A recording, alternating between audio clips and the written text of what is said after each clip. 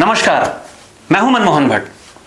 कुछ दिन पहले दिल्ली से एक खबर आई राहुल गांधी के हवाले से। राहुल गांधी ने कहा कांग्रेस के भीतर कुछ स्लीपिंग सेल हैं बीजेपी के और उन स्लीपिंग सेल का इलाज करना पड़ेगा। उत्तराखंड में हाल ही में एक वाकया हुआ जब एक विधायक ने भरे मंच से उत्तराखंड के मुख्यमंत्री पुष्कर सिंह धामी के जिंदाबाद के नारे लगाए। उसके बाद पार्टी के फोरम में, कांग्रेस के फोरम में हलचल मचने लगी।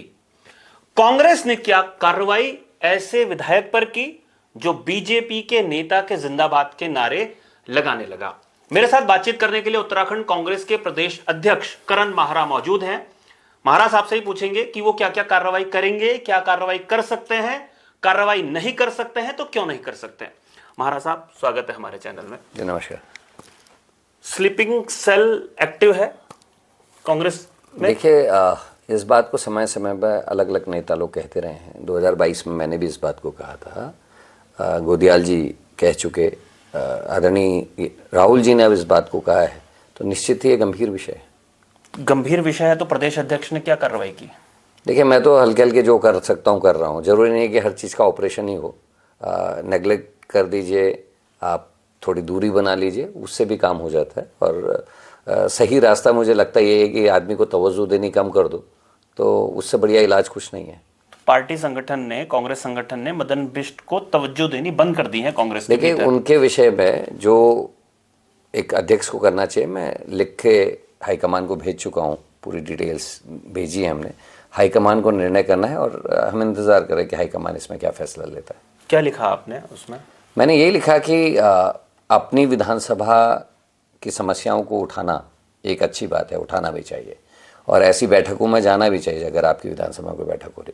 लेकिन वहाँ अपनी डिमांड देने के बाद जिंदाबाद के नारे नहीं लगाए जाने चाहिए। आप ये कह सकते थे कि काम कर दीजिए और आप अगर काम करेंगे तो हम आपकी तारीफ़ करेंगे।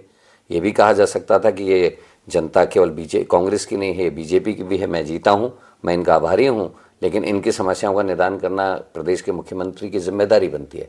तो आप इनकी समस्याओं का निदान करें, ये तरीका होना चाहिए था जो नहीं अपनाया अच्छा, आपने जब दिल्ली में चिट्ठी भेजी तो दिल्ली से आपको क्या? देखिए, क्योंकि जब ये घटना घटी उसके तुरंत बाद अहमदाबाद में, आपको जैसा पता है, गुजरात में हमारा महासम्मेलन भी था, कांग्रेस का अधिवेशन था और कल ही वहाँ से लोग वापस आए हैं। हम वेटिंग, क्या करते हैं देखते हैं। टेलीफोन पर बात करना नहीं हुआ? नहीं, टेलीफोन पर बात करना हुआ। मैंने बोला ना, जब कोई चीज़ होती है उसके लिए समय चाहिए। कल सभी लोग, मैं भी कल ही दिल्ली वापस पहुँचा और हमारे जो प्रभारी जी हैं, अन्य लोग हैं, वो भी कल ही दिल्ली पहुँचे। तो अब उनको भी थोड़ा समय चाहिए चीज़ों को देखने का। Let's see.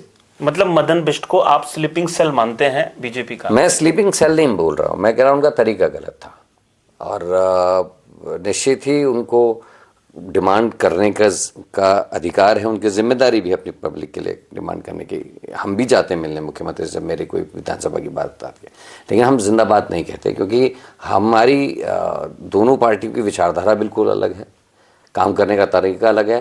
कार्यकर्ता सड़कों में लड़ रहा है, रोज़ मुर्दाबाद के नारे लगा रहे हैं, रोज़ खनन पे मामले को उठा रहे हैं, भर्ती घोटालों को हम उठा रहे हैं, महिला अपराध को हम उठा रहे हैं, प्रदेश में बढ़ रहे अपराध को हम उठा रहे हैं, किसानों की समस्याओं को हम उठा रहे हैं कि किसानों की अनदेखी बीजेपी कर रही है।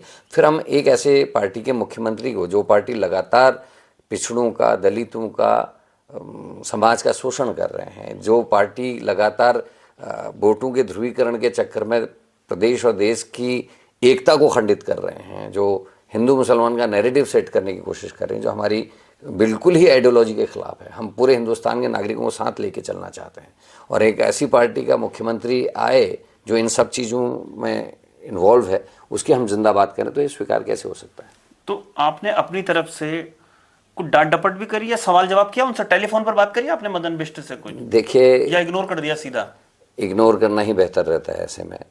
फ़ोन करके क्या फ़र्क पड़ जाना। अच्छा, अगर एक सवाल मैं पूछूं कि पिछले 9 साल से, अगर हम 2016 से देखें तो पार्टी लगातार टूट रही है। 2016, 2021-22, फिर 2024, फिर 2025 में भी बहुत सारे कांग्रेस के लोग बीजेपी में चले गए।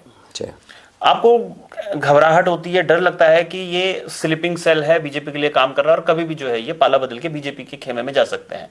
बीजेपी भी दावा करती है कि कांग्रेस के बहुत सारे लोग उनके संपर्क में है और मौका पड़ने पे वो उनको अपने पाले में ले आएंगे। देखिए, इन चीज़ों से घबराने वाली बात नहीं होती। नया ब्लड आना चाहिए, नया खून, नई हवा पार्टी के अंदर आनी चाहिए, वो लगातार आ रही है। जाने वाले लोगों को लोग इस नज़र से पहचान देंगे, दल बदलू है।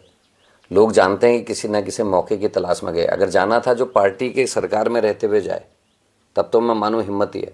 जब सरकार नहीं होती और आदमी को घुटन महसूस होती है, जो काम धंधे वाले लोग हैं, जिनको काम से या पैसे से मतलब, वही लोग ज़्यादातर शिफ्ट करते हैं।